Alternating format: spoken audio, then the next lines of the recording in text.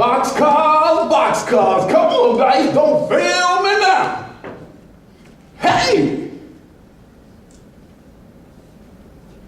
There I was, 13 years old, gambling in an illegal dice game in the alleyway behind my apartment. There were 4 of us, including the neighborhood bully, Skinoo. Skinoo looked like Mr. T on steroids, and he wasn't nothing nice. My parents worked hard to teach me values. They said with a good education, I could be anything. And I believed them. But every now and then, I hung out with the bad boys, just to be cool. Now I'm Toastmaster, fellow Toastmasters, and honored guests. In those days, the kids in my New Orleans neighborhood didn't even know they could be successful.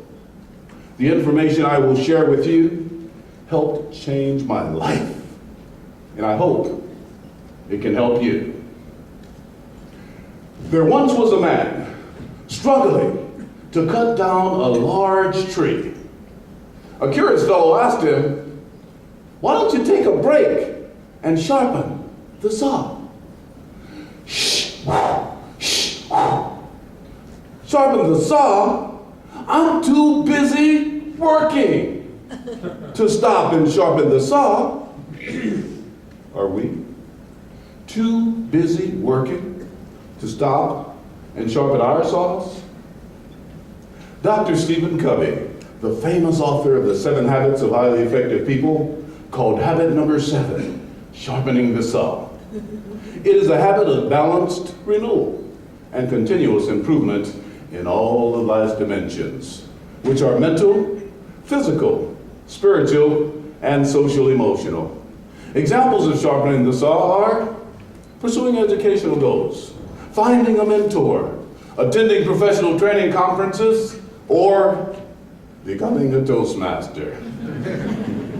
Toastmasters is focused on helping people from Oakland to Okinawa sharpen their saws. What happens if you don't sharpen the saw? It becomes dull. You become stagnant, complacent. You begin to move backwards, and you might find yourself engaged in self-destructive behavior. Come on, 8, don't be late. I won! I went to pick up my quarters, and Skinoo took them. Then he pushed me. I pushed him back. He said, "We got to fight." I put up my fist and he swung it. I blocked it. I punched. I hit him. All of a sudden, I had the confidence of Muhammad Ali. He said, "I'm going to get a knife and I'm going to cut you." I was so afraid, I don't even remember finding my parents' shotgun.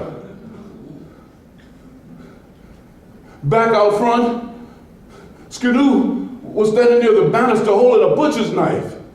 As I put my finger on the trigger, suddenly, my parents drove up and saved 2 lives, Skinoo's and mine. I tried to explain what happened, and they said, "Charles, do you realize if you had pulled that trigger, your life would have changed forever?" I was so glad I didn't pull the trigger. After high school, I joined the Navy to see the world and to find my place in it.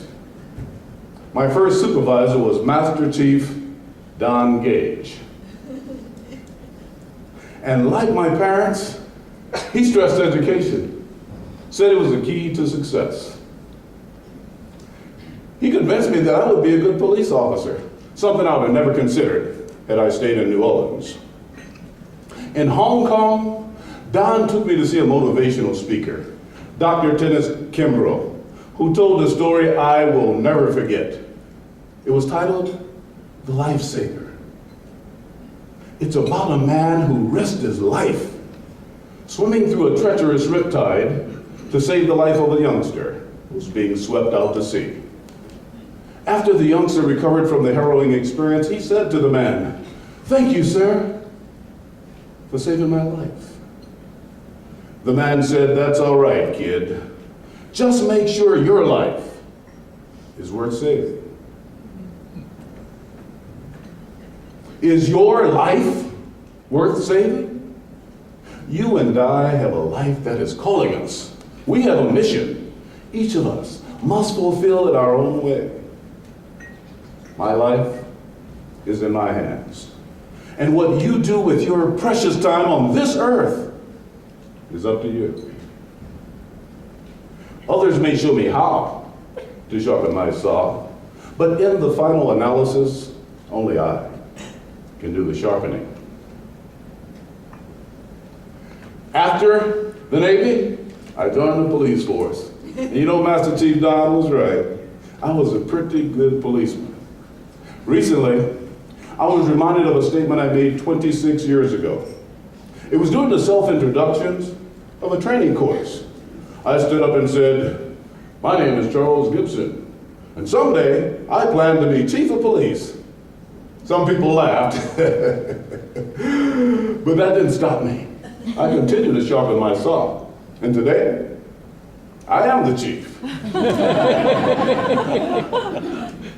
Fellow Toastmasters, and anyone who has ever said, "I don't have time to sharpen the saw," remember this: the plumber, the president, and the pope all have the same amount of time as you do, 24 hours a day. And if they can be successful, so can you. Commit to lifelong learning, and you will quickly find that life is so much more than just a roll of the dice. Madam Toastmaster.